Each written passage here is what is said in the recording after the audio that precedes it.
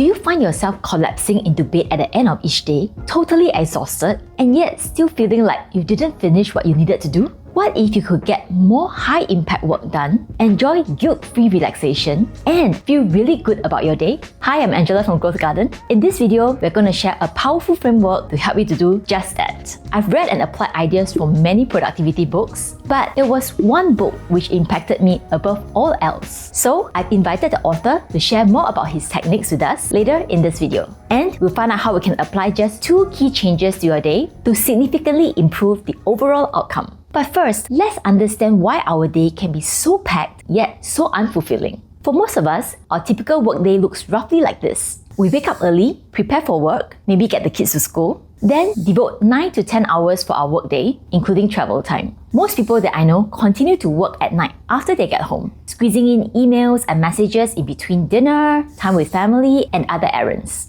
Then we crash into bed and start the cycle all over again the next day. Weekends are spent catching up on sleep, hopefully some leisure time, and in some cases, more work. If we are so busy working, surely we should be getting a lot done. But have you actually stopped to track what you do with your time at work? If you work in an office, then your typical workday might involve a lot of meetings, emails, ad hoc requests from customers and clients, and so on. You're busy with a lot of things, but you don't really get to work on or even to think about the critical things that can bring you wow results. If you're an entrepreneur like me, or if you're doing gigs and freelance work, then you might be working throughout the week. Different environment, similar challenges. In another video, we discuss why it's crucial to think beyond time management to also look at how we manage our energy. Because very often, we are working, but we're not deliberately diverting our best energy to the top priorities that will deliver real results that matter. We might not even be consciously thinking about what those priorities are.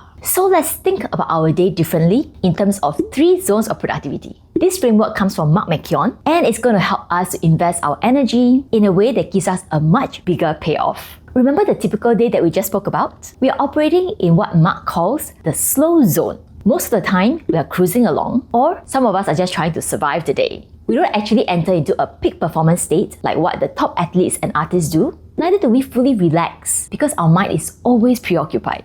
Mark's Go Zone program shows us how to optimize our time and energy using these 3 zones, so we can get more impactful work done and enjoy guilt-free rest time. Let's invite Mark to share the 3 zones with us. Then I'll share how to string it together in a typical week. Hi, it's Mark McKeon here. Great pleasure to be working with Angela on GrowthGarden. So firstly, there are 3 zones. There is a go zone for focus, there is a slow zone for cruise, and there is a no zone for recovery.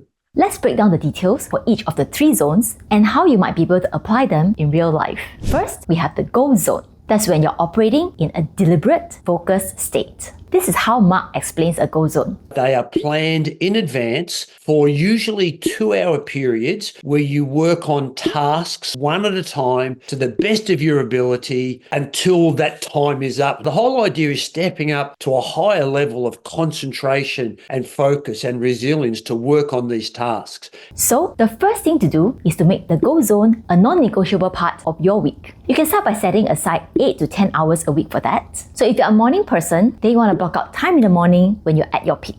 During the go zone, we want to work on our tasks with intense focus. That means that we should not be multitasking, answering questions from our colleagues while writing a report, or even taking bathroom breaks. We want to enter the zone with a clear intention of what to achieve, and then actually give it 100% of our attention for maximum effectiveness. That means that you need to prepare for it. Get at least 5 to 6 hours of uninterrupted sleep the night before, and have some light, nourishing food so you are in the physical, mental state to focus. We talk more about managing your energy in this video. Before you start, compile your most important tasks in order of priority. You won't be able to finish everything in 2 hours, but it gives you a clear idea of what you need to do. Otherwise, you're likely to get dragged into whatever most urgent or convenient tasks crop up at the moment, and there's unlikely to be something truly impactful. Lastly, make sure that you're free from distractions. Declutter your workplace, turn off any alarms and notifications on your devices, and have a water bottle handy so you don't have to get up to hydrate. We have another video specifically on how you can remove distractions and improve your focus. Remember to notify the people around you that you're unavailable for 2 hours, and you'll get back to them right after that. Now that you're prepared for the go zone, set the timer for 2 hours and dive right into the first task.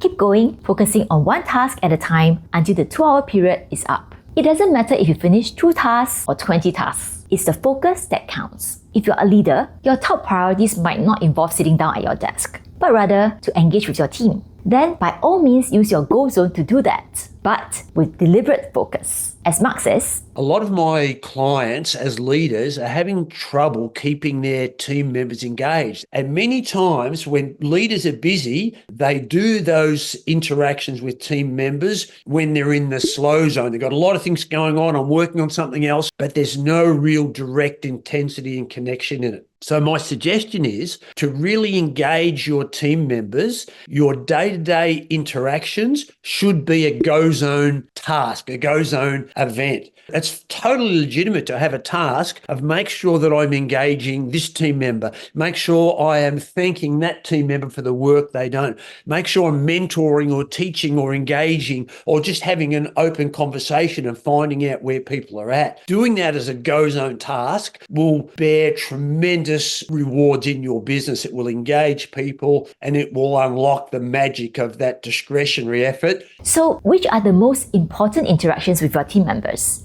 What if you prioritize them this week as a goal zone activity and gave each person your fullest attention? The whole idea of the goal zone is to identify your highest impact tasks, then do them in turbo mode when you're in an optimal state. That way, you can get the most important work out of the way or compress a large volume of work into a fraction of the time. Later in this video, I'll share how this framework helped me to cope when my workload tripled this year. What I love about the goal zone is that it helps to free up time for other priorities. When I really plan and execute my goal zones properly, I know I've already worked on my important tasks, which makes me feel slightly less guilty about enjoying the no zone, which is basically a period of total rest and recovery. In order to run in turbo mode, we need our batteries to be fully charged, which is why the no zone is so critical. No zones are times when you're not at work, but you're getting your guilt-free recovery. When you do a no zone, you allow yourself to just have fun, enjoy your passions, your pastimes, your recovery. They might be active, they might be passive. If you think about it, the go zone and no zone are on two sides of the same coin. Instead of concentrating on work and results, you're concentrating on rest and rejuvenation. It's literally work hard and play hard. It should be easy and natural to have fun. But I personally find it much harder to set aside time for my no zones than my go zones. The key for no zone is to take a complete break from work. Not checking emails, not reading messages, not even thinking about work. But in reality, I find my mind constantly drifting back to work. Is it the same for you?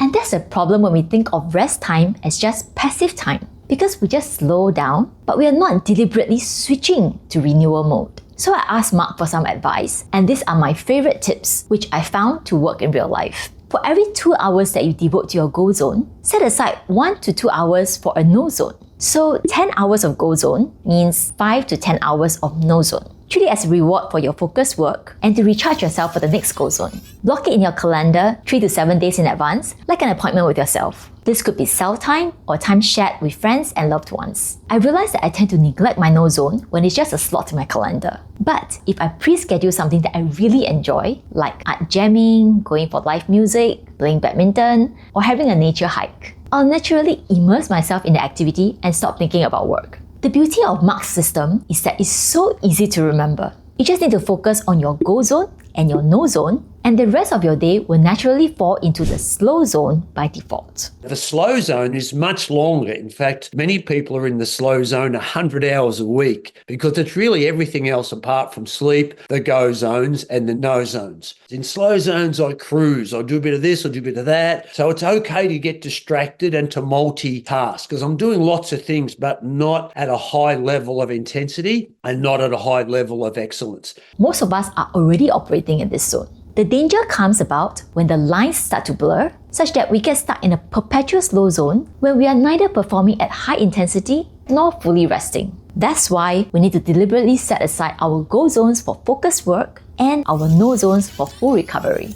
Then we can enjoy our slow zones in a less stressful and more enjoyable way. Very simplistically, when you factor in your no zones and your go zones, your week can look like this. You can block out your ideal go zones based on your body clock and lifestyle, be it mornings, afternoons, or evenings. It's entirely up to you. Then block out your no zones, maybe as a chunk of time over the weekend or spread out over the week. Then just carry on with the rest of your week as usual. Go zones are intensive. Mark has a maximum of 12 to 15 hours in a go zone and around 6 to 7 hours in a no zone. I usually only do up to 8 hours of go zone and maybe 4 to 5 hours of no zone. Feel free to experiment with your schedule to figure out what works for you. In any case, our schedules will keep changing as our lives evolve or new opportunities pop up. For example, this year, my life was thrown into chaos. I was already building reading graphics full-time and I had a rhythm in place. Then this year, the team more than doubled in size, which meant that I had to take time for training and integrating the team spread across 8 countries. And on top of that, I started this channel.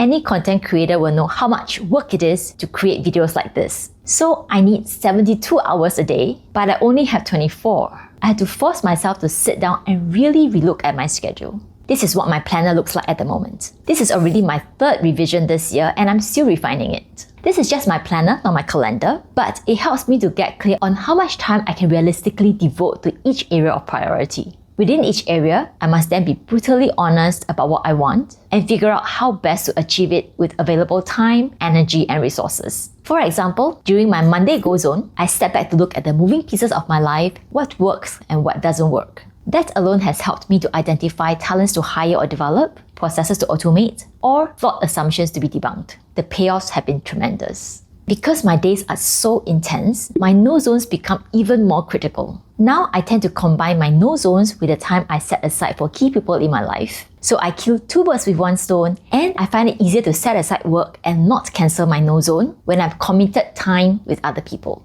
Things are now much better than the complete madness at the start of the year, though I'm still very far from where I'd like to be. I guess the point is to keep adjusting our schedules, to keep what works and to improve what doesn't. In the next video, I'll share a behind-the-scenes peek at what an average week really looks like for a digital entrepreneur like me. Whether you're feeling overwhelmed or you just want to get more productive without burning out, I hope the Go Zone program will help you as much as it has helped me. Do drop a comment on your experiences so we can learn from each other and move forward together on our authentic journey to success. I've included links in the description to Mark's books, along with other useful videos and resources. Do subscribe for more videos on how to manage our time, energy, and mindsets to fulfill our purpose and priorities in life. In the meantime, if you found this video useful, then I recommend checking out this other video. I'll see you there.